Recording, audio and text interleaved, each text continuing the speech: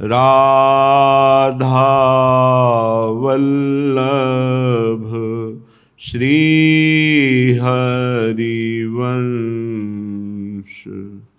राधा वल्लभ श्री हरिवंश। वृंदावनेश्वरी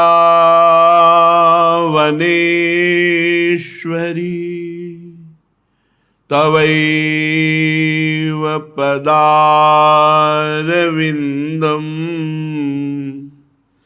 प्रेमामृतैकमकरन्द रसौघपूर्णम्।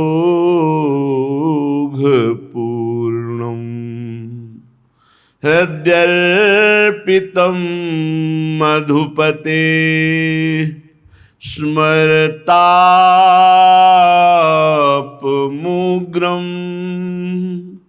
निर्वापयत् परम शीतलमाश्रयामि। निर्वापयत् परम शीतल माश्रयामि। परम सच्चिदानंद घन प्रेमानंद स्वरूप नवनिभृत निकुंज महामहिम परम पावन श्री वृंदावन धाम। श्री वृंदावन धाम के लाडिले युगल चंद्र प्राणाराध्य श्री प्रिया प्रीतम जू, समस्त सहचरी वृंद, खग मृग पशु पंछी लता यमुना रसरानी रजरानी, समस्त ब्रजवासी परिकर हर समय एक गर्व जागृत रखना है कि हम प्रियालाल के हैं। बस ये आंतरिक बात है। जितने साधन हैं उन सब साधनों का एक ही रहस्य है, शरीर संसार से राग मिट जाए और प्रभु की स्मृति जागृत हो जाए। स्मृति उठते बैठते चलते फिरते खाते सोते जागते हर समय अपने इष्ट के चिंतन में, इष्ट के लिए कर्म करते हुए इष्टमय जीवन बन जाए, यही हमारी साधना है। किशोरी किशोर जो हमारे हृदय की स्मृति तार से कभी अलग न हो, यही हमारे जीवन का पूरा लक्ष्य है। दर्शन दें, अपनी निज श्रीअंग सेवा में रखें ना रखें उनकी मौज।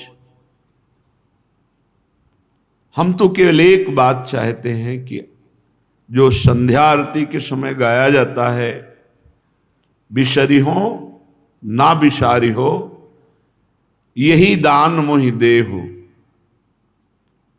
ये मुझे दे दो। आपकी स्मृति में हर समय मैं डूबा रहूं। कोई भी वस्तु व्यक्ति स्थान ऐसा हमारी स्मृति का लक्ष्य न बने जो आपसे विमुख हो जाए। आपको छोड़कर और किसी वस्तु व्यक्ति स्थान का चिंतन होना, यह हमारा दुर्भाग्य होगा। इसलिए बिसरी हो और ना बिसारी हो, हम सतत आपके स्मरण में रहें और आप भी कभी कभी याद कर लें कि ये मेरा जन है, ये मेरा शरणागत है। बस यही दान मोहि देहु। श्री हरिवंश के लाडिले मोहि अपनी कर लियो। मैं आपका हूं, आप भी स्वीकार कर लीजिए कि ये आपका दास है, आपके शरणागत है, आपका जन है। बस इसी में सब कुछ छुपा हुआ है। इसी में भगवत साक्षात्कार, इसी में लीला प्रवेश, इसी में सब छुपा हुआ है। स्मृति जिसने पकड़ ली सारे दुखों का नाश होकर परमानंद की प्राप्ति हो गई।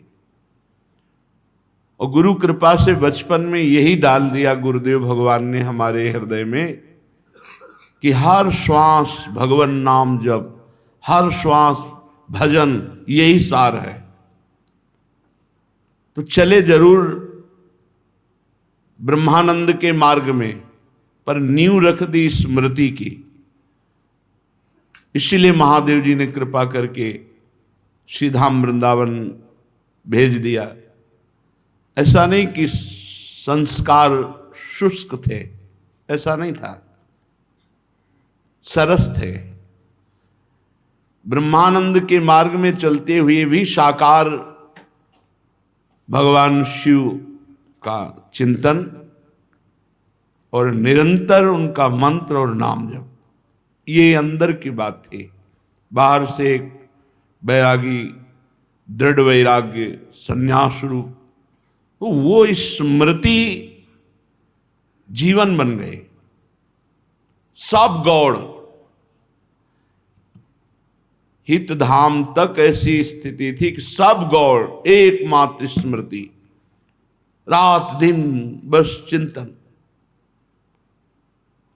ना कोई व्यवहार, ना कोई और परमार्थ का साधन, बस बैठे हैं चिंतन में बैठे। बहुत परमानंद की अनुभूति जब स्मृति प्रभु से जुड़ती है, कभी कभी एकांत में चिल्ला चिल्ला कर रोने का मन होता, कब मिलोगे प्रिया प्रीतम, कब आप स्वीकार करोगे। ये मिले हुए भी अनमिल से लगते हैं, परिचय होते हुए भी अपरिचित से रहते हैं। ऐसा कुछ प्रताप है इनका। प्यारी जू जब जब देखो तेरो मुख तब तब नयो नयो लागत, ऐसो भ्रम होत देखो न कबहूरी, ऐसो भ्रम होत देखो न कबहूरी। स्मृति, हरि स्मृति सर्व विपद विमोक्षणम। ये लोग दुख से निवृत्ति चाहते हैं, पर दुख जहां से निवृत्त होता है वो मार्ग ही नहीं पकड़ते हैं। उच्छृंखल मन, उच्छृंखल इंद्रियां, इन्हीं को अपना मानकर बस जगत के भोगों में विचरण करना, है तो दुखमय ही है। हरि ही स्मृति सर्व विपद विमोक्षणम। भगवान श्री हरि की याद समस्त विपत्ति और दुखों का नाश करती है। जो हर समय स्मरण परायण है वो ऐसे सुख में निमग्न रहता है जहां किंचन मात्र दुख नहीं है। श्री प्रियालाल के हेतु की कृपा से अपने लोगों को स्मरण करने का समय दिया। ये बहुत दुर्लभ बात है। भजन करने का समय नहीं देती माया। भगवान ने हम पर हेतु की कृपा की और भजन करने का समय दिया। अगर इस समय में हमारा भजन न बन पाया, भगवत स्मृति न बन पाई, फिर तो पछताना पड़ेगा। बहुत बढ़िया अवसर मिला है भजन। सब शास्त्रों का सार बात है भजन। और भजन न होई संग बिनु, भजन बिना नहीं प्रेम, छिन्हु भजन न छाड़िए, धरिए यह ध्रुव नेम। बिना भजनानंदी महात्मा के संग के भजन नहीं होता, भजन के बिना प्रेम नहीं होता, और प्रेम के बिना परमात्मा प्राप्ति नहीं होती। मिले न रघुपति बिनु अनुरागा, किए कोटि जप जोग विरागा। अनुराग नहीं आया तो प्रभु का साक्षात्कार नहीं होगा। अनुराग होता है भजन से, भजन होता है भजनानंदी महात्माओं से। भगवान की विशेष कृपा से अपने को सब कुछ प्राप्त है। मानव देह प्राप्त है, भजन मार्ग प्राप्त है। भजनानंदी भगवत प्रेमी महात्माओं के गढ़ में बैठे हैं। यहाँ एक से एक महापुरुष हैं, वृंदावन धाम है। अब भजन के लिए जो समय दिया गया उसको सार्थक कर लो। दिन का दिन निकले चले जा रहे हैं, गाढ़ भजन में स्थिति नहीं। शाम निकल गई, सुबह हो गई, फिर शाम हो गई, फिर हमारे जीवन की आयु नष्ट होती चली जा रही, स्थिति प्राप्त नहीं हो रही। कभी विकल होना चाहिए। ये मन, बुद्धि, चित्त, अहंकार त्रिगुण माया से प्रेरित हैं। ये तुम्हारे बस में नहीं है। इनको वश में कर सकते हैं तो श्री भगवान कर सकते हैं, और उनका नाम उनको वश में कर सकता है। ध्यान दीजिए, ये शतोगुण, रजोगुण, तमोगुण का चक्र मन, बुद्धि, चित्त, अहंकार पे पड़ता है, और इसी से सब संकल्प विकल्प क्रियाएं होती हैं, शुभ अशुभ। त्रिगुण माया के अधीन अंतःकरण है। अंतःकरण को त्रिगुण माया से अगर मुक्त करा सकते तो सिर्फ श्री हरि, और हरि को अधीन करने की सामर्थ्य नाम में है। मूल बात, जिसने नाम जब पकड़ लिया वो जीत गया, और जिसने भजन पर रुचि नहीं की तो चाहे जितने और साधन कर ले, ये छूटने वाला नहीं, पक्का। गोस्वामी श्री तुलसीदास जी महाराज कह रहे, माधो ये मोह फास क्यों टूटे, मोह फास क्यों टूटे, बाहर कोटि उपाय करी, बाहर कोटि उपाय करी, अभ्यंतर ग्रंथि न छूटे, माधो मोह फास क्यों टूटे।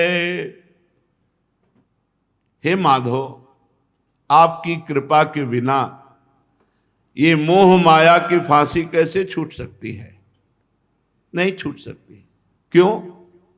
क्योंकि जितने साधन हो सब बाहर किए जाते हैं। बात समझनी? बाहर कोटि उपाय करिय,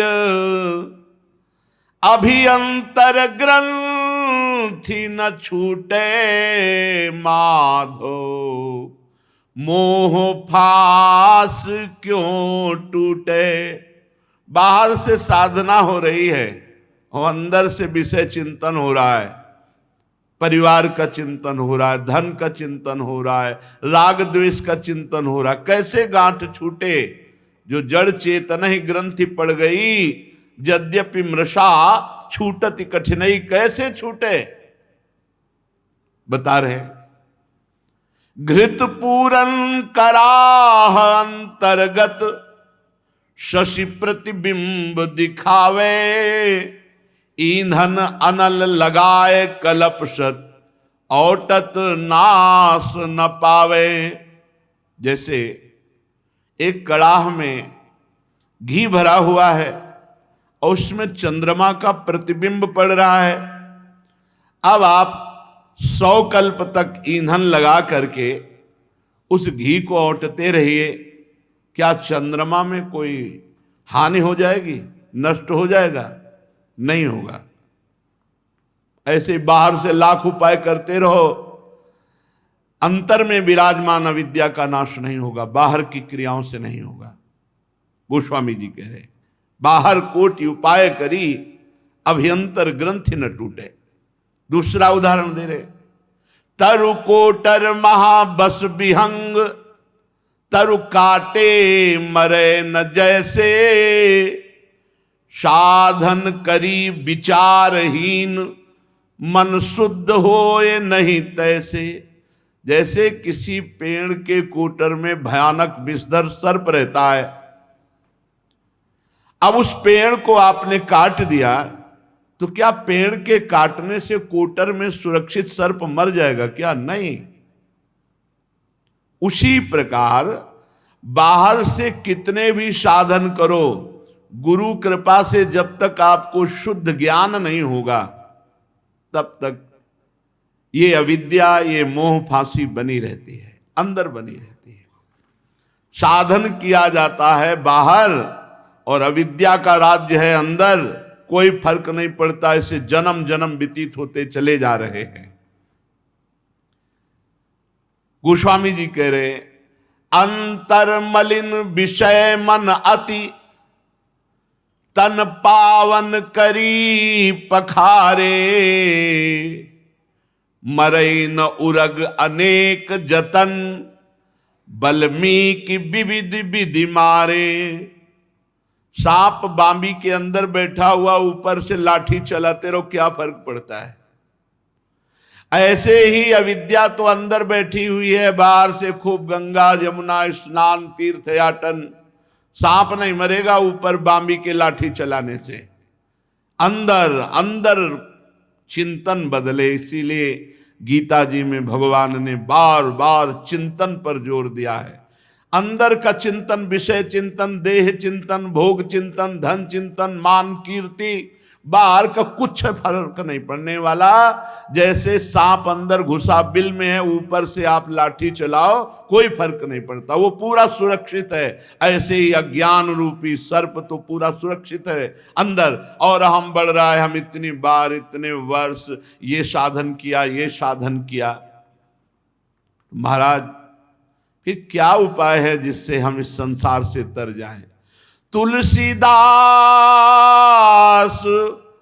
हरि गुरु करुणा बिनु, हरि गुरु करुणा बिनु, बिमल विवेक न होई, और बिनु विवेक संसार घोर निधि, पार न पावे कोई। बिनु विवेक संसार घोर निधि, पार न पावे कोई। गोस्वामी जी कह रहे हैं कि बिना भगवान श्री हरि की कृपा के, बिना गुरुदेव जी की कृपा के विवेक नहीं होता, और बिना विवेक के इस संसार से पार नहीं होता।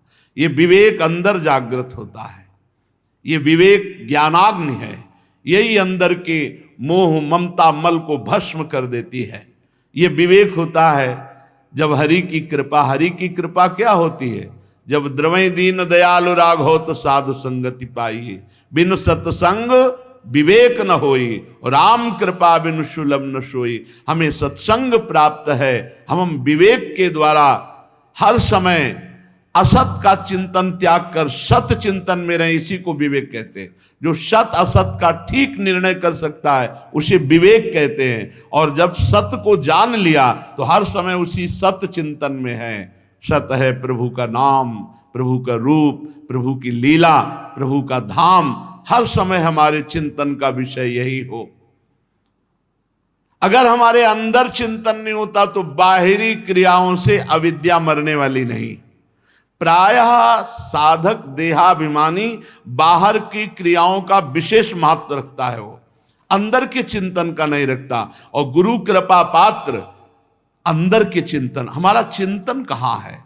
भगवान मांग कर रहे हैं, अनन्यश्चिन्तयन्तो माम, माम अनन्यश्चिन्तयन्तो, मेरा ही अनन्य चिंतन हो, अन्य चिंतन न हो। चिंतन अंदर का विषय है। सांप को बाहर लाठियों से मार रहे हो, अंदर बिल में सुरक्षित बैठा है। अंदर बिल में प्रहार होना चाहिए, वो प्रहार होता है नाम जप। तभी भगवान नाम जप में, मंत्र जप में मन नहीं लगता और सब कार्यों में लगेगा। क्योंकि अगर मन लगा तो मन मरेगा, मरेगा अर्थात निर्विषय होगा। निर्विषय मन में ही सच्चिदानंद भगवान का दर्शन होता है। ये मन ही कृष्ण रूप, प्रिया रूप होकर दर्शन दे देता है। इंद्रियाणाम मनश्चास्मि, स्वयं भगवत तत्व है ये मन।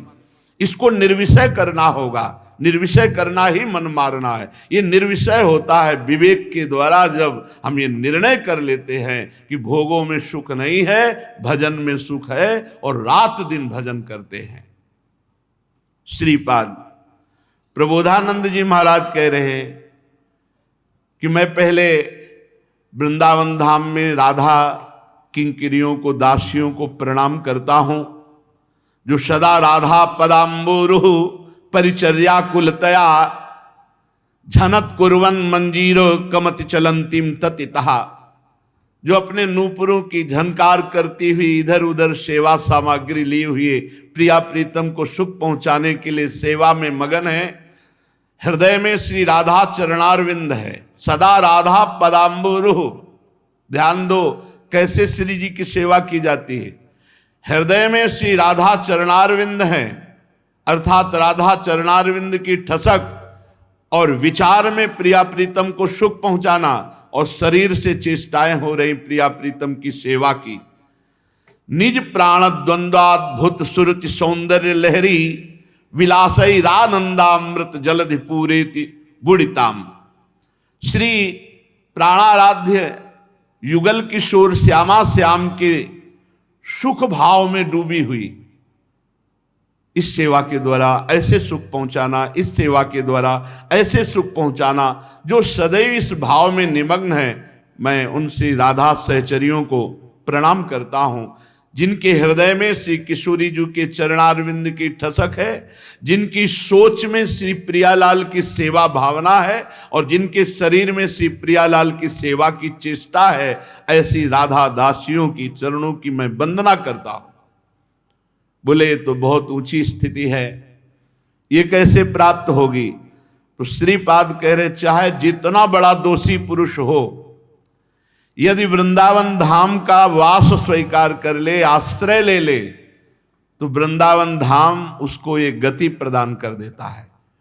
महादोषैराढ्यम न खलु गुणलेस्य विषयम न योग्यम दृक्पातेप्यः सदयानांच महताम। महताम महापुरुष, न योग्यम दृक्पातेप्यः आहा, मैं ऐसा नीच कि संत महात्माओं की दृष्टि में आने योग्य भी नहीं हूं। भाव यह है, श्रीपाद कह रहे कि यदि ऐसा भी पुरुष नीच आचरण वाला हो जो कभी संत महात्माओं की दृष्टि में आने योग्य नहीं है, ना योग्यम दृक्पातेप्यः सदयानांच महताम, महापुरुषों की, संतों की दृष्टि में भी आने योग्य नहीं, और महादोषैराढ्यम न खलु गुणलेस्य विषयम, कोई भी भागवती गुण लेस मात्र नहीं है और सब दोष विराजमान है। सुदुर्मर्षै स्वस्मिन् न सकृद अपराधैरपियुतम, बोले अक्षम्य अनेकों अपराध करने वाला, अक्षम्य अनेकों अपराध करने वाला है, ऐसा भी हो और वृंदावन का आश्रय वास ले ले तो सुतम मातेव, वृंदावन उसके साथ कैसा व्यवहार करता है? जैसे मां अपने लाडले बच्चे के साथ। सुतम मातेव त्वम विसृजवत वृंदाटविनमाम, मुझे विश्वास है कि वृंदावन मुझे छोड़ेगा नहीं, प्रियालाल की प्राप्ति करा देगा। यदि समस्त दोषों से युक्त कोई भी भागवतिक सद्गुण नहीं, संत महापुरुषों के सामने आने योग्य भी नहीं, और नित्य नए नए महत अपराध करने वाला भी हो, और वो वृंदावन का अखंडवास स्वीकार कर ले या वृंदावन का आश्रय ले ले, तो कह रहे हैं वृंदावन ऐसे उसे प्यार करेगी जैसे माँ अपने बच्चे को करती हो, कभी छोड़ेगी नहीं। तो वृंदावन का ना छोड़ने का मतलब है दिव्य वृंदावन पहुंचा देना, प्रिया प्रीतम की सेवा में पहुंचा देना।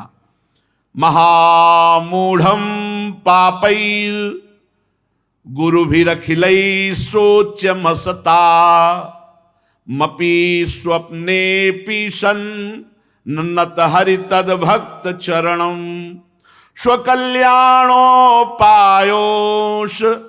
रम शरणम मामो गुणै क्षमा वात्सल्याद्यै रतिमहित वृंदावन निजई।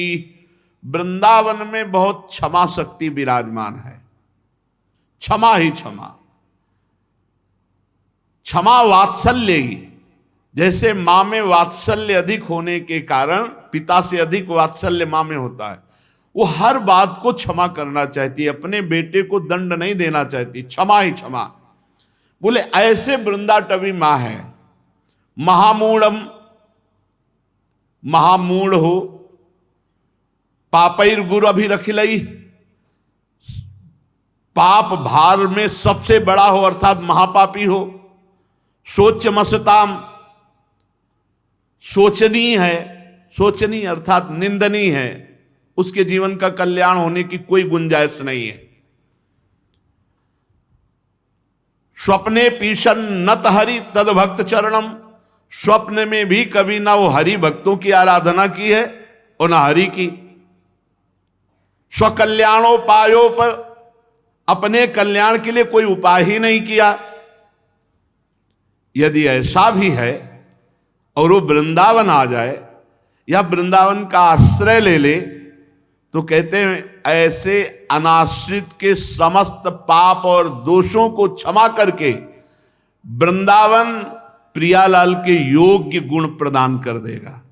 विश्वास करो, ये वृंदावन बहुत करुणामय है। वृंदावन मिल गया मतलब मुझे सर्वस्व मिल गया, विश्वास करो। छोड़ना नहीं, किसी भी परिस्थिति में घबराना नहीं। माया दो प्रकार से भगाने की कोशिश करती है, प्रलोभन या भय, दोनों से बचना। वृंदावन से बाहर करने के लिए माया का प्रलोभन भी आ सकता है। महापुरुष तो कहते वृंदावन को ऐसे पकड़ लो कि हरि भी बाहर बुलाए तो नहीं जाने की जरूरत है। विपिन राज सीमा के बाहर हरिहू को न निहार, रे मन वृंदा विपिन। यद्यपि मिले कोटि चिंतामणि तऊ न हाथ पसार। वृंदावन के बाहर अगर करोड़ों चिंतामणि कोई दे के आओ ले जाओ, नहीं। ये निष्ठावान की बात है जो सब तरह से हीन होकर वृंदावन का मां की तरह आंचल पकड़ लेता है, सर्वसमर्थ बन जाता है। यद्यपि मिले कोटि चिंतामणि तऊ न हाथ पसार। कोटि कोटि हीरा रतन अगर मिल रहे हैं तो हमें वृंदावन नहीं छोड़ना। ये प्रलोभन है माया का। और भय, शरीर का स्वस्थ हो जाना, आसपास प्रतिकूलता मिल जाना, बास की बड़ी समस्या हो जाना, भोजन की समस्या, हर समस्या देखा है। हर कोई ऐसी समस्या नहीं जीवन की जो हमने देखी ना हो। और हर समस्या का समाधान आश्रय है। आश्रय, भगवद आश्रय, धाम आश्रय। ये आश्रय पुष्ट हो जाए, सब समस्या का समाधान है। ये तो बाहरी प्यार तो रुपए पैसे का, मान सम्मान का, नाना प्रकार के सब प्रपंच ही है।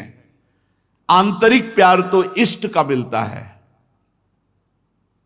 विश्वास कर लीजिए, तुम जिनके धाम में रह रहे हो तुम्हें प्रतिदिन देख रहे हैं प्रिया प्रीतम। घबराने की जरूरत नहीं, हमारी बास व्यवस्था भंग हो गई, हमारी भोजन व्यवस्था नहीं है, हम कैसे जिए। बिल्कुल धैर्य रखना। हर बात देखिए, हर बात देखी है। तुम्हें कैसे बताए, हर बात देखिए। भोजन की अव्यवस्था, वास की अव्यवस्था, औषधि की अव्यवस्था, असाध्य रोग, हर व्यवस्था देखी है। पर ये उस समय भी एक ही बात रहती है, हे प्रियालाल मैं आपका हूं, बस आपके लिए जीवन है, जैसे जैसे चाहो वैसे। घबराना नहीं। यद्यपि मिले कोटि चिंतामणि तऊ न हाथ पसार।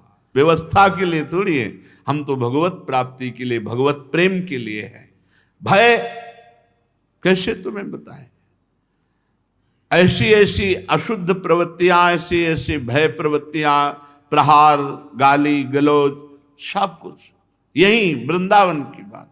ये प्रभु का जीवन है, प्रभु का। आप पूजो तो जय जय, पीटो तो जय जय, आपका जीवन है, आपका जीवन। तुम तो बाहरी बातें देख रहे हो, बहुत प्रतिकूलताएं। तो दो बातों से अगर साधक पुष्ट हो जाए कि किसी के प्रलोभन से नहीं और किसी के भय से नहीं, तो श्रीधाम वृंदावन क्षमा वात्सल्य आद्यई रति महत वृंदावन निजई। बड़ा विषम जीवन व्यतीत करना पड़ता है साधक को, एक समय ऐसा आता है। हर बात सहनी है। वृंदावन वास अगर आपका सही सुविधा से हो रहा है तो कृपा मनाओ और चुपचाप नाम जप करते हुए पूरा समय नाम जप में और नाम जप करते हुए जो सेवाएं हों, बहुत करुणा है श्री जी की।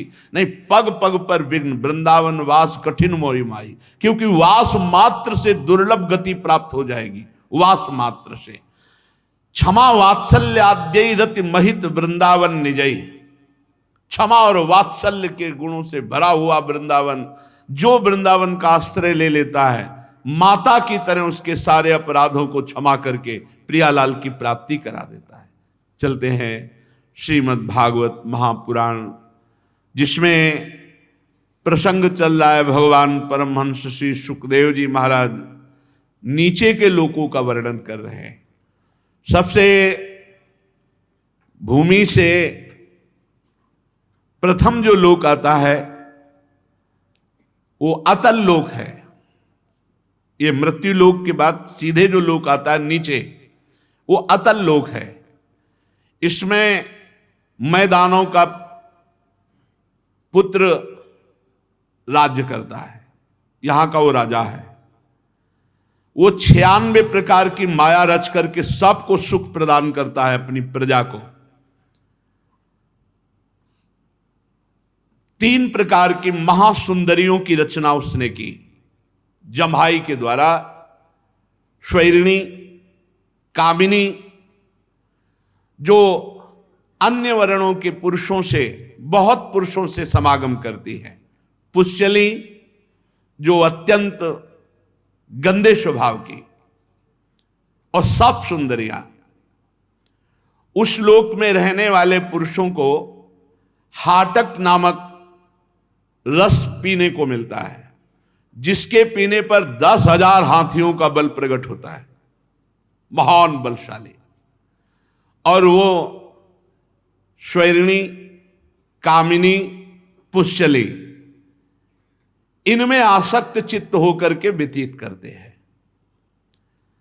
पूरा जीवन वहां के लोगों का अच्छे अच्छे पदार्थ खाना, अच्छे अच्छे पेय पदार्थ पीना और बस भोग वासना में लगे रहना।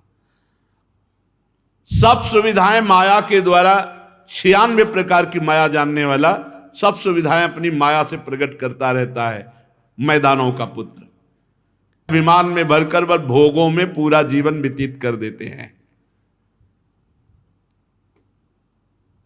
यहां जितने लोग रहते हैं इस अतल लोक में, इनको सुंदर सुंदर औषधियां, रस, पान, विविध प्रकार की भोग सामग्री, और इनके सब पदार्थ दिव्य होते हैं। यहां जितने लोग होते हैं, किसी को ना तो मानसिक कभी रोग होता है और ना शारीरिक रोग होता है।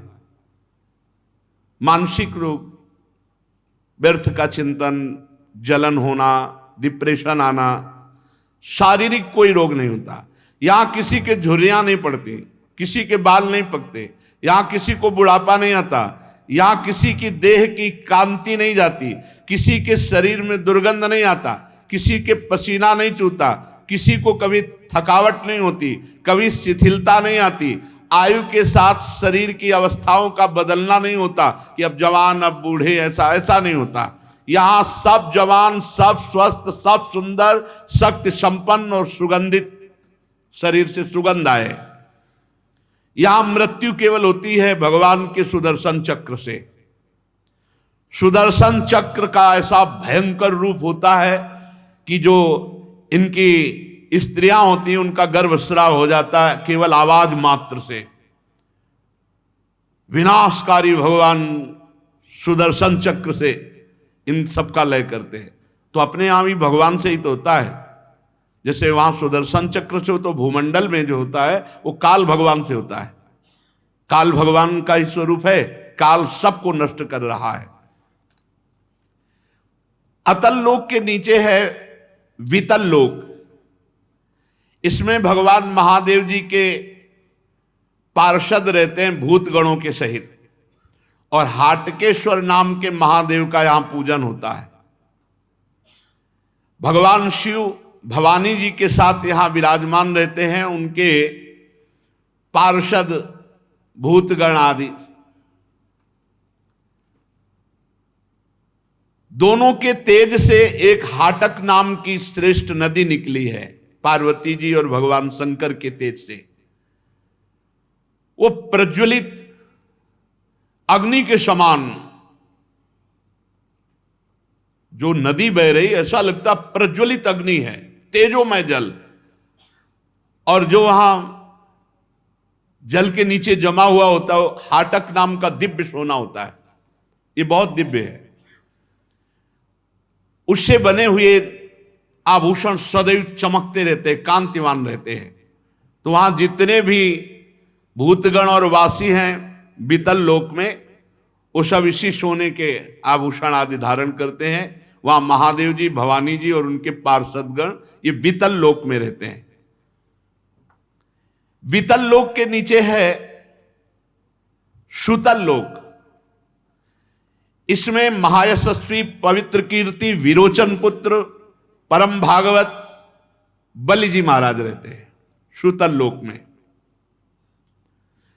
भगवान ने इंद्र का प्रिय करने के लिए अदिति के गर्भ से वामन अवतार धारण किया था और इनसे 3 पग पृथ्वी मांगी थी। बलि जी ने दिया भी। भगवान ने पूरा लीला चरित्र तो आगे है। भगवान ने बांधना चाहा बलि जी को, लेकिन प्रेम बंधन में स्वयं बंध करके आज भी सुतल लोक में निवास करते हैं। जैसी बलि जी को संपत्ति मिली वैसी इंद्र के पास है ही नहीं। परम पूज्यतम महामहिम भगवान आज भी निर्भयता पूर्वक बलि को निर्भय प्रदान करने के लिए द्वार में खड़े हुए वामन भगवान के रूप में सुतल लोक में। परमात्मा भगवान वासुदेव को भूमि दान किया तो भगवान स्वयं द्वारपाल बन खड़े और सुतल लोक का ऐसा ऐश्वर्य कि देवराज इंद्र के पास नहीं। ये तो हुआ नाशवान, लेकिन अविनाशी भगवान स्वयं प्रतिपल दर्शन दे रहे हैं। और महिमा विख्यात महाभागवत बलि की, भला भगवान से जुड़ जाने का केवल सुतल लोक ही फल होगा क्या? यस्य हावावच्छुत पतन प्रस्खलनादिषु विवशः सकरन नामाभिगृणन पुरुषा कर्म बंधन मंजसा विधुनोति यस्य हैव प्रतिबाधनम मुमुक्षोन्यथैवोपलभन्ते। कह रहे हैं जिन भगवान का गिरते छींकते फिसलते समय एक बार भी बोल दे कृष्ण गोविंद हरि, उसके कर्म बंधन कट जाते हैं। तो जिन्होंने अपना सर्वस्व बलि ने दे दिया उनको केवल सुतल लोक की संपत्ति मिलेगी क्या? नहीं, सारे कर्म बंधन कट गए, भगवान की उनको निरंतर सानिध्य प्राप्ति हुई। जो भगवान का आश्रय ले लेते हैं, अपने आप को भगवान को समर्पित कर देते हैं, तो ये लोक लोकांतर के सुख तो ऐसे ही ब्याज में समझो, मूल तो उन्हें भगवान का सानिध्य मिलता है, भगवद स्मृति मिलती है, परम पद प्राप्त होता है। अतएव संयमी भक्त कभी भगवान से इन लोकों के सुख नहीं मांगते। वो भगवान से भगवान की प्राप्ति चाहते हैं। सदैव आपको देखता रहूं, आपकी सेवा करूं, आपके सानिध्य में रहूं, यही फल।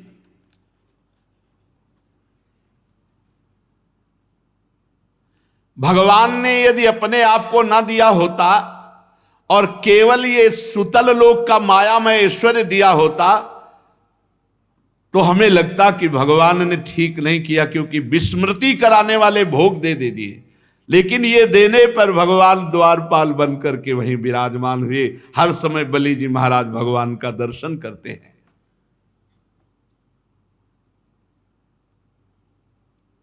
जिस समय कोई और उपाय न देखकर भगवान ने याचना के लिए सर्वलोक महेश्वर होकर बलि के सामने भिक्षुक बन करके गए, तो इस महापुरुष ने शरीर सहित संपूर्ण दान कर दिया।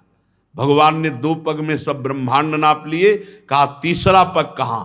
तो उनका प्रभु 2 में संपत्ति नापी, तीसरे में संपत्तिवान को नाप लीजिए।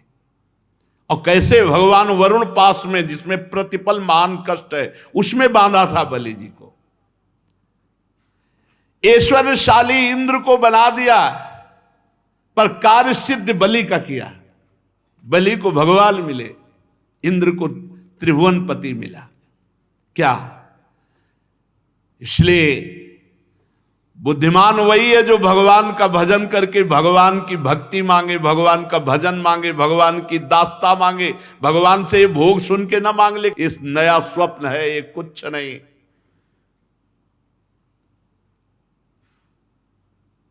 प्रहलाद जी जब देखा कि भगवान ने हिरण्यकश्यप को मार दिया है, तो प्रभु ने कहा वरदान मांगो। तो यही मांगा था कि प्रभु मेरे हृदय में कोई अन्य कामना नहीं हो, सदैव आपकी सेवा। भगवान से भक्त कभी ये नहीं मांग सकता कि आपको मैं भूल जाऊं और भोगों की प्राप्ति कभी स्वीकार नहीं कर। वो भक्त ही नहीं जो भगवान को भूलकर भोग मांगता है। बड़े महानुभाव महाराज बलि जी, भगवान की उनके ऊपर बड़ी कृपा, सारी वासनाएं शांत हो गई बलि जी की। निरंतर भगवान के दर्शन और सानिध्य में रह रहे हैं। इनका चरित्र आगे 8वें स्कंध में आएगा। भगवान आज भी हाथ में गदा लिए सुतल लोक में राजा बलि के द्वार पर खड़े रहते, द्वारपाल बले। एक बार दिग्विजयी रावण बड़े घमंड में भरा हुआ सुतल लोक में दिग्विजय करने के लिए पहुंचा, तो भगवान ने एक पैर की ठोकर मारी, लाखों योजन दूर गिरा, जाकर के दरवाजे के अंदर ही नहीं घुसा, सुतल लोक में ही नहीं घुसने दिया। आज भी भगवान द्वारपाल बने विराजमान हैं। सुतल लोक के नीचे तलातल है, इसमें स्वयं दानवराज मैं रहता है। प्रथम लोक में इनका पुत्र राजा है, और तलातल लोक में स्वयं मैं दानव रहता है। तीनों लोकों को शांति प्रदान करने के लिए भगवान शंकर ने ये जो 3 पुर बनाए हुए थे मैदानों ने, उनको भस्म कर दिया था। आज भी वहां छुप करके रह रहा है। पूरा शासन है तलातल राज्य में इसका। वो परम मायावी, मायावियों का परम गुरु है, और महादेव जी इस पर बहुत प्रसन्न भी हैं, और महादेव जी के द्वारा वो सुरक्षित है। इसलिए भगवान के सुदर्शन चक्र का भी कोई भय वहां नहीं है, क्योंकि महादेव जी वहां सुरक्षा करते हैं।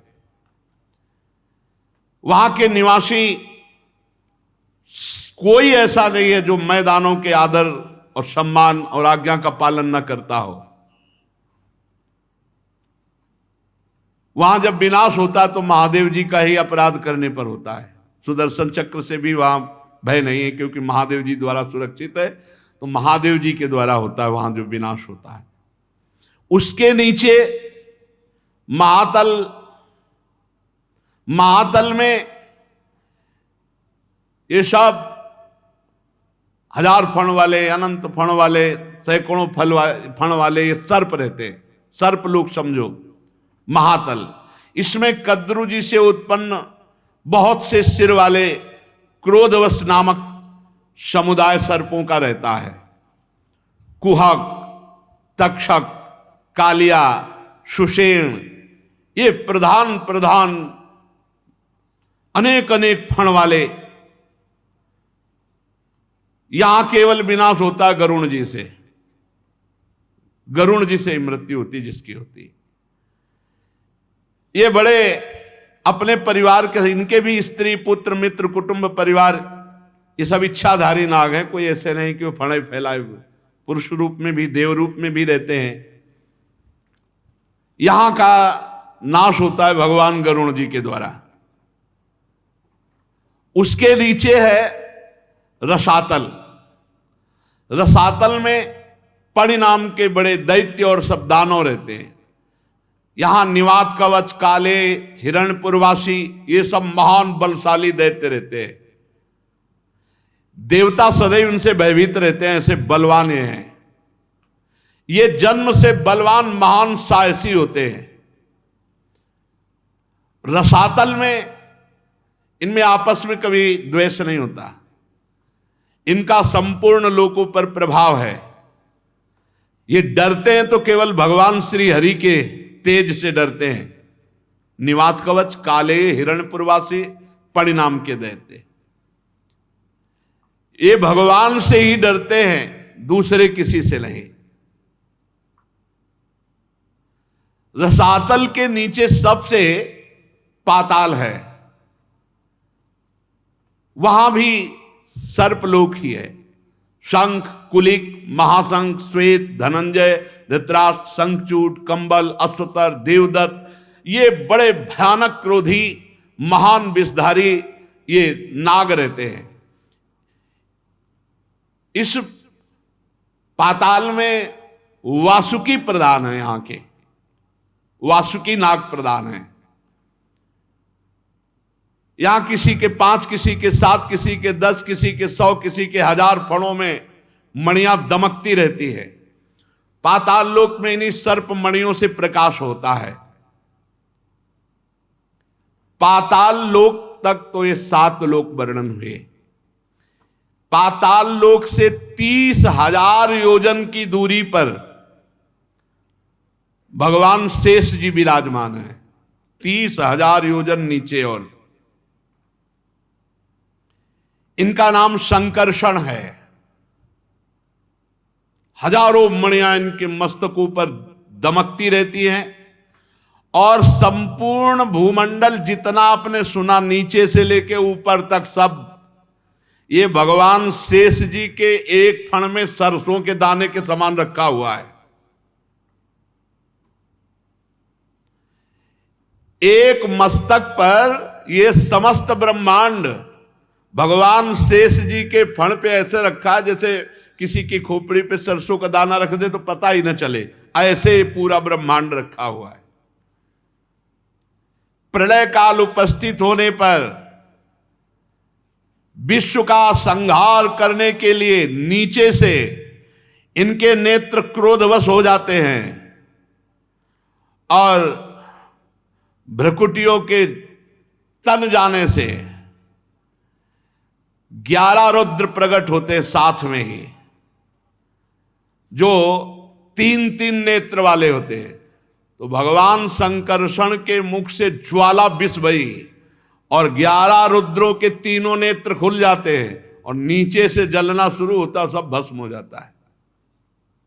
ये सब हाटक पी करके जो उन्मत्त है तो राख हो जाते हैं। इसलिए वृंदावन में रहने की बात सोचो, अतल वितल की तरफ मत सोच लेना। ये सब नाशवाना ब्रह्म स्तंभ पर्यंतम सर्वम मायामयम जगत सत्यम सत्यम पुनः सत्यम हरे नामैव केवलम। जो नाम जप कर रहे हैं भगवान के धाम में विराजमान है, महाप्रलय की पवन वहां स्पर्श ही नहीं करती। भगवान संकर्षण बहुत गोरे हैं, बहुत गौर वर्ण के हैं। चरण कमलों के गोल गोल स्वच्छ और अरुण वर्ण नखमणियों की पंक्ति के समान दे दीप्यमान हैं। प्रधान प्रधान भक्तों के सहित अनेकों नागराज अनन्य भक्ति भाव से भगवान संकर्षण के चरणों में प्रणाम करते हैं।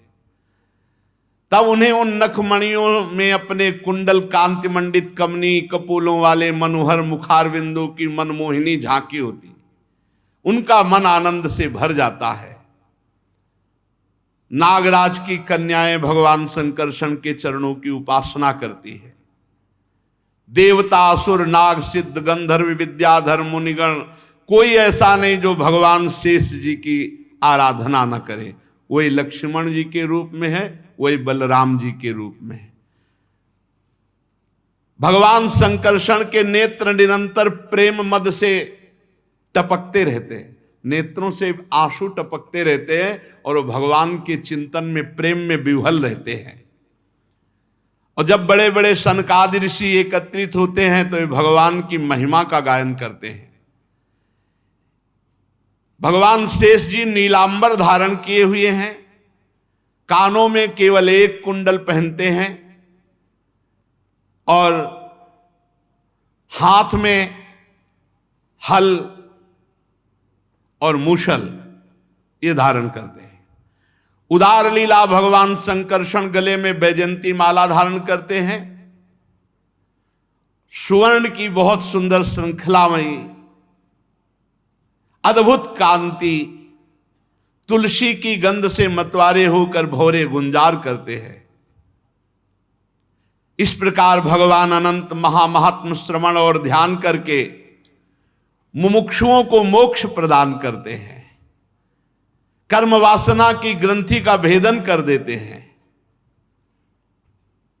ब्रह्मा जी, नारद जी सब भगवान संकर्षण की महिमा का गान करते हैं। चाहे भोग चाहे मोक्ष चाहे, एकमात्र भगवान की ही आराधना करनी चाहिए। श्री परीक्षित जी ने पूछा कि प्रभु, ये मनुष्य को नीची ऊंच योनियां क्यों प्राप्त होती हैं, गतियां क्यों प्राप्त होती हैं, दुख क्यों प्राप्त होता है? हमने सुना है नरक की भी प्राप्ति होती है। तो श्री सुखदेव जी ने कहा, राजन, ये जो तुम लोक लोकांतर में उत्तम मध्यम नीच गतियां देख रहे हो, ये इसलिए होती हैं कि सतोगुण, रजोगुण, तमोगुण 3 प्रकार के गुण हैं और इन्हीं गुणों के अनुसार कर्म होते हैं और कर्मों के अनुसार विभिन्न गतियां होती हैं और हर कर्म का फल भोगना पड़ता है। कोई भी कर्म भोगना पड़ेगा, सबको भोगना पड़ेगा। कर्ता को अपने कर्म का फल भोगना ही पड़ेगा। तो जब कोई रजोगुणी तमोगुणी प्रधान वृत्ति वाला हो जाता तो उससे पाप कर्म बनता है और पाप कर्म का फल उसे नरक में भोगना पड़ता है। और हजारों तरह की नरक गतियां हैं, उनको भोगना पड़ेगा। तो परीक्षित जी ने कहा, भगवान, अभी तक तो आपने बताया ऊंची नीची गतियां, नरक, ये नरक कहां है? पृथ्वी में ही भोगना पड़ता है या त्रिलोकी के भीतर बाहर कहां है नरक? है भी कि केवल कहा ही जाता है? परीक्षित जी ने पूछा, है भी ये कहां है, नरक है कहां? श्री सुखदेव जी महाराज ने कहा, राजन, ये त्रिलोकी के भीतर ही है। ये पृथ्वी से नीचे जल के ऊपर दक्षिण दिशा में विराजमान है। ये पृथ्वी लोक में दक्षिण दिशा में पृथ्वी से नीचे जल के ऊपर विराजमान है। उस नरक लोक में सूर्य भगवान के पुत्र पितृराज भगवान यमराज का शासन है और वो अपने यमदूतों के साथ, यमगणों के साथ रहते हैं। जो भगवान का भजन नहीं करते, शास्त्र विरुद्ध पापाचरण करते हैं, भगवान यमराज के दूत जबरदस्ती उनको मारते पीटते हुए यहां लाते हैं और उनके दुष्कर्म पाप कर्म का फल उनको भोगना पड़ता है। प्रधान 21 हैं। प्रधान का मतलब होता है, जैसे भारत में उत्तर प्रदेश, तो अब उत्तर प्रदेश हुआ प्रधान। अब इसमें कितने जिले हैं, कितने इसमें कस्बे हैं, नगर हैं, गांव हैं। ऐसे ही प्रधान 21 नरक हैं, उनके भी भाग, तभी कहा हजारों नरक है, हजारों नरक की गतियां हैं। श्रुतया सहस्त्रशः प्रधान नरक, ये ऐसे जैसे प्रदेश का, ऐसे हैं ये। तामिस्त्र, अंध तामिस्त्र, रौरव, महारौरव, कुंभीपाक, कालसूत्र, 80 पत्रवन, सूकरमुख, अंधकूप, क्रमी भोजन, संदंस, तप्त सुरमी, वज्र कंटक, सालमली, वैतरणी, पूयोद, प्राणरोध, विशसन, लालाभक्ष, सारमे यादन, अवीची, अयहपान, क्षार करदम, रक्षोगण भोजन, शूल प्रोत, दंद सूक, अवट निरोधन, पर्यावर्तन, सूची मुख। 28, 21 वो प्रधान, 7 ये, 28 ये प्रधान हैं। जैसे एक जेल है और उसमें किलोमीटरों में है और उसमें कहीं अलग अलग अलग सब, तो ऐसे ही एक नरक में हजारों नरक। प्रधान ये 28 है। अब इनमें कौन कहां ले जाया जाता है? जो पुरुष दूसरों का धन बेईमानी से अपहरण करता है या दूसरे की संतान का अपहरण करके धन, या दूसरे की स्त्रियों का अपहरण, उसे अत्यंत भयानक यमदूत कालपास में बांधकर घसीटते हुए, मारते हुए तामिस्त्र नरक में गिराते हैं। इस अंधकार, इस नरक में अंधकार ही अंधकार, कुछ दिखाई नहीं देता। अपने आप डंडे चलते हैं इसमें, पता नहीं चलता कहां से चल रहे हैं, और इतनी भयानक आवाजें आती हैं कि लघुशंका सोच कर देता है। और डंडा ऊपर से चलते हैं और अंधकार ऊपर से रहता है, इतनी मार पड़ती कि मूर्छित होता, पर मरना वहां है नहीं। रात दिन डंडे ही चलते रहते हैं। जो दूसरों का धन अपहरण करते हैं, दूसरों का संतान अपहरण करते हैं, जो दूसरों की स्त्रियों का अपहरण करते हैं, उनको भयानक तामिस्त्र नरक में गिराया जाता है, जहां अंधकार ही अंधकार है। खाना पीना तो कोई, यहां जेल में भारत की तो कम से कम खाना पीना तो मिल जाता है, वहां खाना पीना नहीं, वहां डंडा ही चल रहा है। और अंधेरे में ऐसी ऐसी आवाजें कि भयभीत होकर मलमूत्र का त्याग करता है, और इतनी मार पड़ती रहती है निरंतर कि मूर्छित होता रहता, फिर होता, फिर मूर्छित, मरना है नहीं वहां। बोले कितने दिन की सजा हुई? बोले 1 कल्प की। बोले कैसा बोल रहे हैं भला, छोटे मोटे पाप की 1 कल्प? तो 5 मिनट यहां पाप करते हो आजीवन कारावास मिलता है नहीं, और फांसी की सजा मिलती कि नहीं मिलती? 5 मिनट के अपराध से। दूसरा, जो किसी को विश्वास दिलाकर धोखा दे देता है, जैसे कभी तुम्हारे को कोई रास्ते में मिला, भाई रात हो रही, हम आपके घर आज शरण ले सकते हैं क्या? आप उनको भगवान की तरह उनको रखो, कहीं धोखेबाजी नहीं होना चाहिए। विश्वास सबसे बड़ी चीज होती है। कोई कभी कैसी परिस्थिति में माता बहन कोई भी मिल जाए, अगर उसको आप शरण दे दें तो विश्वासघात नहीं होना चाहिए, नरक की प्राप्ति होगी। जो किसी को विश्वास देकर फिर विश्वासघात करता है, जो किसी स्त्री को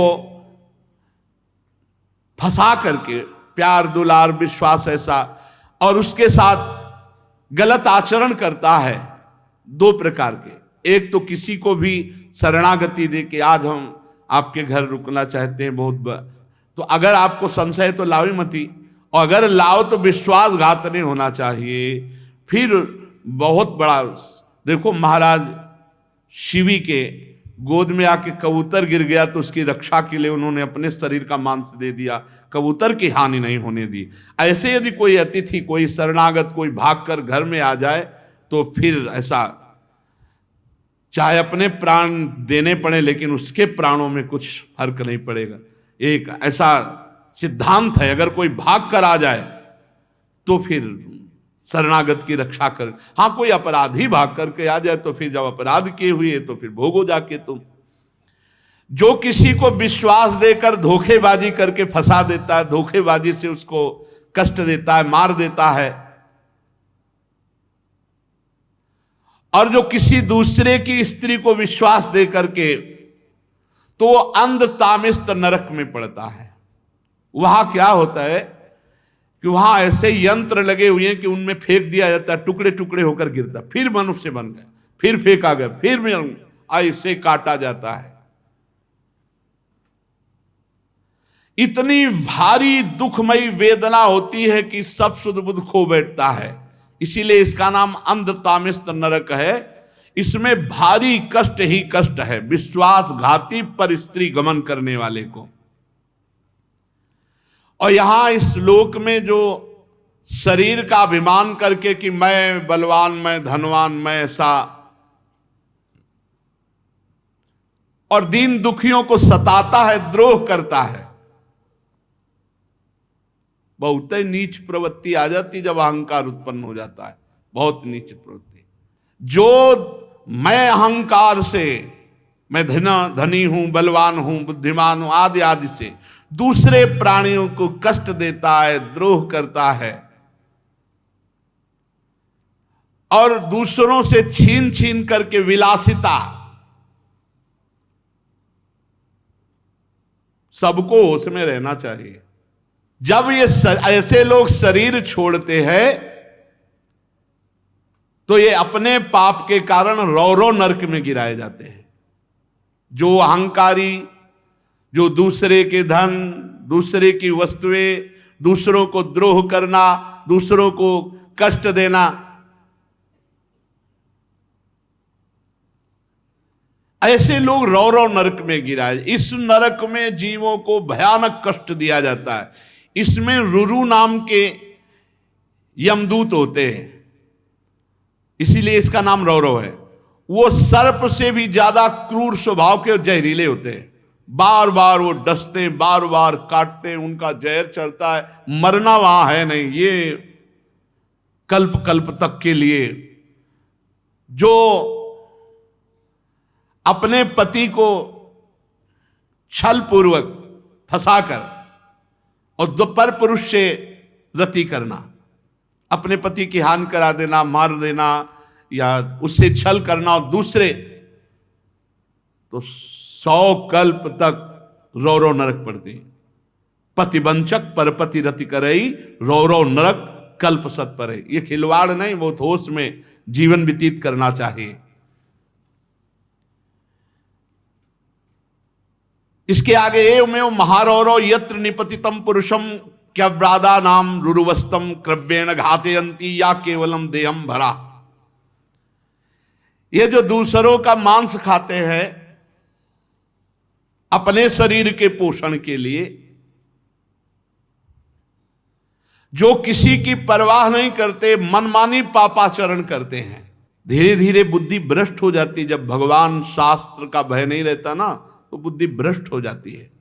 ऐसे लोगों को महारौरव नरक में डाला जाता है, महारौरव नरक में, और वहां इन्हीं का मांस काट काट के इनको खवाया जाता है। अब खाओ, अब वहीं खवाया जाएगा तुम्हें, भोगोगे। महारौरव तैयार रहे, जो मछली, मुर्गा, बकरा, सब अंडा, महारौरव के लिए टिकट है पक्की। अब तुम्हें लग रहा कहाँ है तो देख लेना, अब यहाँ फोन से बातचीत तो होगी नहीं तो तुम्हें सबको पता हो जाए कि हाँ होता है। नरक में क्या स्वागत होता है, अगर वो पता चले ना खुले सबको, तो सब होश में हो जाए। भगवान का खेल ऐसा है।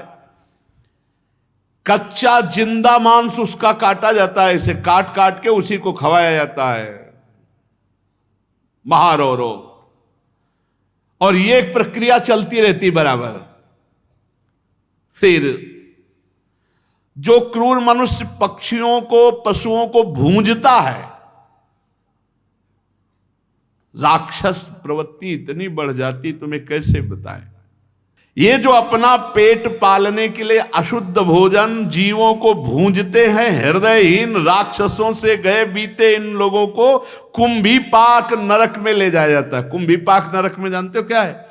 बड़े बड़े कड़ाह में खौलते हुए तेल में पकोड़े की तरह डाल दिए गए। अब जलते रहो 1000 वर्ष, 2000, कितना समय, जितना दंड दिया, मरना वहां है नहीं, और कष्ट यहां से ज्यादा होता है।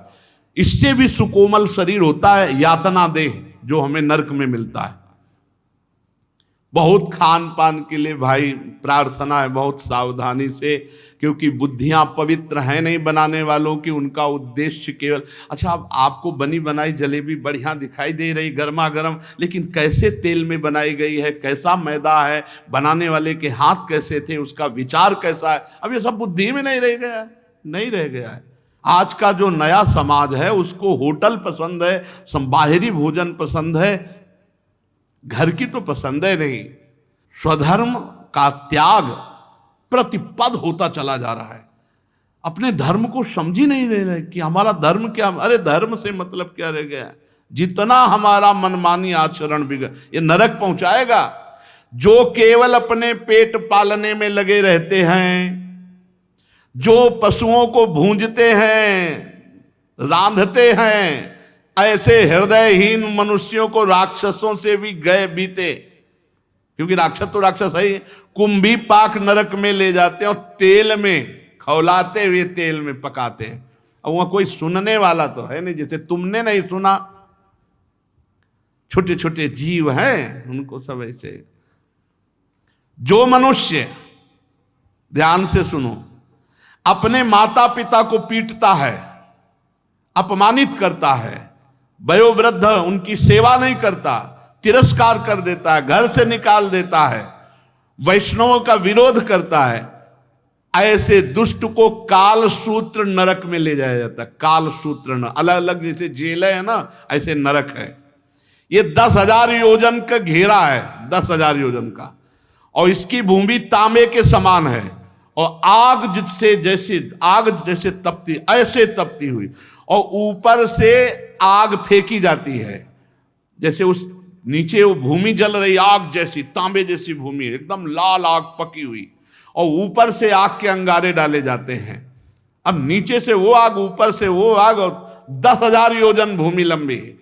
अब उसी में दौड़ता रहता। अब कितने वर्ष का सजा दी गई? कौन? जो अपने माता को थप्पड़ मारता है, पिता को। बहुत ये बूढ़े माता पिता भगवान का स्वरूप है, इनको ऐसा ना करे, इनको कष्ट ना दे। अरे तुम्हें पाला पोसा है भाई, तो कम से कम आरती पूजा ना कर सको, ऐसे तो करना चाहिए। नित्य माता पिता की आरती, और भगवान की करो, आरती ना करो, माता पिता की कर लो। उनको नहलाओ धुलाओ, कपड़ा लत्ता पहनाओ, खवाओ पियाओ, मेहनत करके भगवान के मंदिर भले अगर नहीं कभी गए तो भी भगवान की प्राप्ति हो जाएगी, क्योंकि घर में मातृदेवो हो पितृदेवो हो, इसका प्रमाण है। विट्ठल भगवान स्वयं चल करके आए थे पुंडरीक जी के घर, माता पिता की सेवा करने वाले। माता पिता मातृदेवो भव पितृदेवो भव। बहुत सावधानी से मनुष्य जीवन, जो अपने माता पिता का अपमान करते, मारते, पीटते, वयोवृद्ध अवस्था में सेवा नहीं करते, ऐसों को काल सूत्र नरक में गिराया जाता है। अब वहां पापी जलता हुआ भागता है 10,000 योजन की भूमि, सब जलने वाली भूमि। सोचो कैसा, इतनी बेचैनी, इतना ना कहीं खड़ा हो सकता है, कभी लौटता है, कभी भागता है, कभी छटपटाता है, दौड़ता है। उस नर पशु के जितने रोम होते हैं उतने 1000 वर्ष तक उसे भोगना पड़ता है।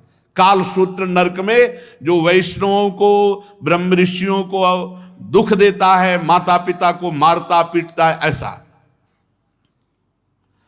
आगे कह रहे, जो पुरुष किसी भी प्रकार की आपत्ति ना आने पर अपने वर्णाश्रम धर्म को छोड़कर दूसरे धर्म का आचरण करता है, वैदिक मार्ग को छोड़ देता है, और जो पापी पाखंड पूर्ण जीवन बिताता, पाखंड जो है नहीं उसको दिखावा करके मनमानी आचरण, जो वैदिक शास्त्रीय सिद्धांत को छोड़कर मनमानी आचरण करता है वो पापी, और जो पाखंडी है, पाखंड का वो पाप।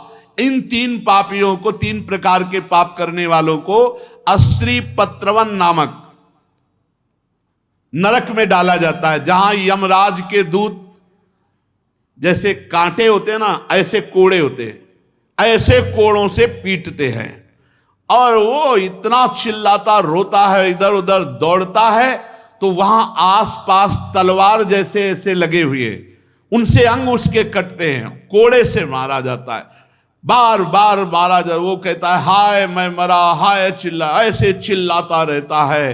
धर्म छोड़कर पाखंड मार्ग में चलने वाले पाखंडियों को यही दंड मिलता है, कुकर्मियों को यहां अपने कर्म का फल भोगना पड़ता है। हे राजन, जो इस लोक में राजकर्मचारी पद पर होकर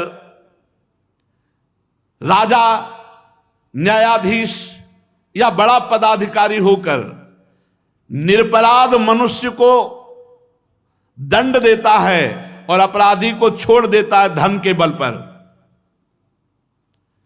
निरपराध निर्दोष को दंड देना, दोषी को मुक्त कर देना, उस महापापी को जो घूस ले करके, चाहे कोई हो, न्यायाधीश पद हो, चाहे बड़ा राज कर्मचारी पद हो, चाहे जो पद हो, जो अपराधी से पैसे लेकर निरपराधी को दंड देता है, निर्दोष को दंड देता है, उस पापी को सूकर मुख नरक में गिराया जाता है।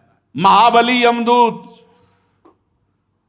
उसको पहरे मार मार करके कुचलते हैं, पूरे अंगों को ऐसे लेटा करके, बड़े बलवान हैं, अब गदा आदि से मार मार करके उसके अंगों को कुचलते हैं। यहां जैसे निरपराध आदमी रोता रहता है कि हमारा कोई अपराध नहीं है, लेकिन पैसा मिल चुका है, इसलिए अपराधी को बचाव पक्ष में। इसीलिए एक बार एक वकील साहब वो बोले कि भाई हमको तो ऐसा करना पड़ता है, ये हमें सिखाया गया है। तो फिर हमने प्रार्थना की कि बुरा ना लगे, आपकी बहन के साथ कोई गलत करे और फिर इसके बाद आपको पता चले कि ये गलत आदमी है और फिर आपको पैसा दे, आप छोड़ा दोगे उसे? अब चुप हो गए। बोले हमारा तो कार्य है छुड़ाना, अब हमारे पक्ष में जो आएगा मुकदमा मुझसे जिताएंगे तो हम ठीक है। आपकी बहन के साथ गलत आचरण करता और वो आदमी आपको फिर मनमानी रुपए दे, आप छोड़ोगे? बोले नहीं छोड़ेंगे। तो फिर दूसरे की बहन के साथ किए हुए व्यक्ति को कैसे छोड़ दोगे? तुम्हारे भाई के साथ कोई घटना घटी हो, कोई ऐसा अमंगल किया हो और जानते हो तो आप नहीं छोड़ सकते, चाहे करोड़ों रुपया दे। फिर हमारा भारत, हमारे सब भाई ही हैं, हमें चाहिए तभी हमारे दोष कम होंगे समाज में, जब सत्य का पालन किया जाए। पर रुपया तो भैया, ये रुपये का फल खुला लिखा हुआ है, इसमें यस्वी ही वही राजा राजपुरुषो व अदंडे दंडम प्रणयति। अदंडे दंडम, वो दंड का अधिकारी नहीं, निर्दोष है, फिर भी उसे दंड दिया जा रहा है क्योंकि रुपए के बल से। तो क्या होगा? बोले उसको सूकर मुख नामक नरक में गिराया जाएगा, जहां महाबली यमदूत उसके अंगों को कुचलते हैं। इस लोक में जो निरपराध प्राणियों को सताता है, जब कोई निरपराध प्राणी रोता है तो उसके जितने आंसू होते हैं उतने हजार वर्षों तक ये पीड़ा उसको भोगनी पड़ती है। इस लोक में जो अन्य जीवों के पीस करके बोले नहीं, उसका जैसे उबाल करके और इस तरह से वो जो पीते हैं बना करके उसके, तो कह रहे हैं उनको कोल्हू में पेरा जाता है गन्ने की तरह। सब्जी के पी लो, फल के पी लो तो अच्छी बात है, जीवों के उबाल उबाल के बहुत पुष्ट बनना चाहते हैं। भारत है, भारत ये कर्म भूमि है, ये सबसे विश्व में सबसे वंदनीय जगह है। यहाँ हर कर्म का फल मिलता है, कर्म से उन्नति अवनति होती है। यहाँ जो लोक में अन्य जीवों को, प्राणियों को ऐसे उबाल करके वैसे, तो वहां गन्ने के समान कोल्हू में पेरा जाता है, लगा दी गई खोपड़ी, चीख रहे, मरना वहां है नहीं, उधर निकले फिर इधर लगा दिए, ये ड्यूटी चलती रहती। यमदूत अनंतों हैं, वहां अनंतों हैं। जो पुरुष इस लोक में खटमल, मच्छर, मधुमक्खी, नरक की तैयारी कर रहे हो भाई, वो एक चला ले कट कट कट कट ऐसे मच्छर मारेंगे। अरे भाई अलग अलग पूरी सृष्टि है, भगवान ने बनाई, उनका स्वभाव बनाया, उनके लीवर नहीं है, सीधा पचा पचाया खून पी के वो जीवित रहते। उड़ा दो जान से, उसको मार ही दिया एकदम। जो खटमल को, मच्छर को, जैसे बिच्छू है, सर्प, आप इनको हटा दीजिए, थोड़ी देखा तो मार ही दो, मारने के लिए आदेश नहीं, हटा दीजिए, उनको दूर हटा दीजिए। अब मच्छर ऐसे हटा दे उड़ जाएंगे। अब ऐसे करने में अब पता नहीं कि बैठा है कि नहीं, वैसे कर दिया वो बात अलग, लेकिन जान के कि बैठा है उड़ा दे, उसको मारो मत। जो इन जीवों को मारता है तो भगवान ने इनकी वृत्ति बनाई। अब जैसे बीछी है, उसको कहीं भी छू जाओगे तो डंक मारेगी। सांप है, उसके शरीर को कहीं भी टच हो जाएगा आपका तो फण मारेगा उसके, और हाथ पैर तो है नहीं। तो इन जीवों का स्वभाव बनाया है भगवान ने, लेकिन रहने की सबकी व्यवस्था है। ऐसा नहीं है कि, तो जैसे खटमल है, मच्छर है, छिपकली है, बिच्छू है, सर्प है, भगवान ने इनका स्वभाव बनाया है। आप मनुष्य विवेक के द्वारा अपनी रक्षा करो, आप इनको मारो नहीं कि अब घर की छिपकली निकालियो, मार, उनको मार के फेंक दिया, सांप देखा मार दिया, बिच्छू, ये मारने के लिए थोड़ी आदेश है, आपको मारने का अधिकार नहीं है। आप इनसे अपने आप को बचा लीजिए। भगवान ने उनकी ऐसी वृत्ति बना दी है, उनको ये थोड़ी महसूस होता है कि हमारी इस चेष्टा से दूसरे को कष्ट हो रहा है, उनको महसूस नहीं होता। किंतु मनुष्य को भगवान ने बुद्धि दी है, उसको पता है कि इसको कष्ट दे रहे हैं हम, तो इसलिए पशु, मृग, पंछी, सांप, मच्छर, जूं, खटमल, मक्खी, जितने भी जीव हैं, इनसे द्रोह मत करो, अपने को बचा लो। और जो इनसे द्रोह करता है, इनको मारता है, तो उसको फिर इस नरक की प्राप्ति होती है। इसका नाम है अंधकूप नरक। इस अंधकूप में छोड़ दिया गया। अब यहां बड़ी विषैली गैस है, अंधकार है, बस उसी में पाओ। जितने जीव मारे हैं ये सब वहीं मिलेंगे। अब वहां मार सकते नहीं, तो इतना काट रहे हैं, क्योंकि वो सब यमदूत हैं, भगवत पार्षद, वो मरने वाले तो है ना कि तुम्हारे मारने से मच्छर मर जाएगा। वहां बड़े बड़े मच्छर, सुई जैसे उनके मुंह, और अब वहीं अंधकार है और गैस है, सांस लेने में परेशानी, बहुत कष्ट। जो मनुष्य इस लोक में बिना पंचयज्ञ किए खाता है, पंचयज्ञ वैसे तो बलि वैश्य देव पर अब कोई जानते नहीं, तो इतना तुम समझ लो कि पहली बार जो भोग बने तो श्री भगवान को एक थाली में निकालो, एक रोटी गाय को निकालो, और एक रोटी ऐसी जगह टुकड़े डालो जहां पक्षी, कौवा आदि ये सब चुन ले। अगर भगवान को भोग लगा दिया है, गाय को रोटी निकाल दी है, और आपने पक्षी आदि के लिए डाल दी है, फिर इसके बाद बाहर निकलकर दरवाजे में देखो कोई अतिथि तो नहीं, कोई भू। तो एक भगत बोल रहे थे कि तो और तो कोई दिखाई नहीं देता, संत जन तो अब दिखाई नहीं देते, घूमते ही नहीं है। ऐसा समय चल गया, घूमे तो मार डाले जाए, नहीं चल गया। देखो पाल घर में वहां वो घेर के मार डाले। अरे यार तुम पशु आदमियों को संत वेश में, अरे भैया वो कोई ऐसे तो है नहीं कि रात रात में अंतर ध्यान हो जाएंगे, उनको बंद कर लेते, फिर पुलिस से जानकारी लेते। बहुत समय विचित्र है। अभी कल परसों एक कह रहे थे बाबा जी, बाबा जी बनना खिलवाड़ समझते हो क्या? पाखंड करके पेट पालना तो बात अलग है, चाहे जैसे पूरे जीवन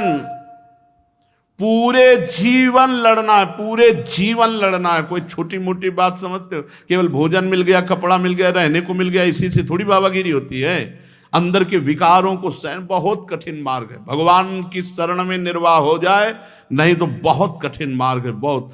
हम कह रहे हैं 30 साल आप ठीक से चले, 30 साल कितना समय होता है, और 30 मिनट चूक कर दी, कोई माफ करने वाला नहीं। यह है बाबागिरी। 30 साल आप ठीक से चले, 30 मिनट चूक हो गई तो अपने 30,000 बार की चूक को क्षमा कर देंगे लोग, लेकिन आपकी 30 मिनट की चूक को नहीं क्षमा करेंगे। जिंदगी में एक बार हुई, नहीं क्षमा करेंगे। पूरा जीवन निर्वाह करना। पंच महायज्ञ, वैसे तो बलि वैश्य देव बहुत जरूरी, पर अब कौन जानते नहीं बलि वैश्य देव, कौन जानता है बलि वैश्य देव? कौन जानता है? कहाँ जानता है? पितृतर्पण नित्य कम से कम 5 आहुति तो अग्नि में स्वाहा बोले ही, तो सब चला गया। अब तो जूता पहने रसोई में खड़े खड़े वो उबल रहा है, वैसे ही खा रहे। राक्षसी विचारधारा, भागवतिक विचारधारा के कुछ लोग रह गए जो ये कि रसोई पवित्र रखो, भगवान को भोग लगना है, ऐसा कोई सी का। तो जो भोग बना और उसमें वयोवृद्ध, बालक, रोगी, असमर्थ, अतिथि, पहले इनको घर में जो भोजन बने तो भगवान को अर्पित करने के बाद सबसे पहले वयोवृद्ध जो हैं, बालक हैं, जो रोगी हैं, अतिथि हैं, पहले इनको, बाद में और सब भोजन पाए। सबसे पहली थाल जो घर के वयोवृद्ध जन हैं उनके पास जानी चाहिए। जो रोगी है उसको, और जो अतिथि हैं उनको। फिर जो इस लोक में अच्छे अच्छे पदार्थ स्वयं पाता है, और आए हुए अतिथि या वयोवृद्ध जो अपने द्वारा पोषित हैं उनको ऐसे, जो स्वयं की चाट के लिए ही सब भोग बनाता है, अरे कहाँ भगवान को भोग लगाओगे, आधा घंटा में सब ठंडा हो जाएगा, लाओ ऐसे ले। नहीं, बहुत धैर्य रखो, धैर्य रखो, प्रभु को भोग पहुंचा दो। बहुत धैर्य ना हो तो उनको भोग पाने दो, आप दूसरा गरम गरम निकाल लो भाई, पर भोग पहले प्रभु को। जो ऐसे खान पान के उन्माद युक्त तरीके अपनाते हैं, शास्त्र विरुद्ध आचरण करते हैं, उनको क्रम भोजन नामक नरक में गिराया जाता है। वहां 1,00,000 योजन का कीड़ों का कुंड है, उसी कुंड में छोड़ दिया, खाओ वो सब मवाद और कीड़े, ये सब भोगना पड़ता है। अच्छा देखो, मां के गर्भ में रहे कैसी व्यवस्था थी, कितना घृणित, लेकिन रहे ना, ऐसे नरक में है, हमारी सभी स्मृति खत्म हो चुकी है। कीड़ा बनकर रहना पड़ता है या कीड़े में फेंक दिया जाता है, वो बहुत कष्ट पाता है, उन्हीं कीड़ों को खाता है, उन्हीं कीड़ों के बीच में रहता है। ऐसे बहुत से आगे नरकों का वर्णन, शेष चर्चा आगे। श्री राधा वल्लभ लाल की।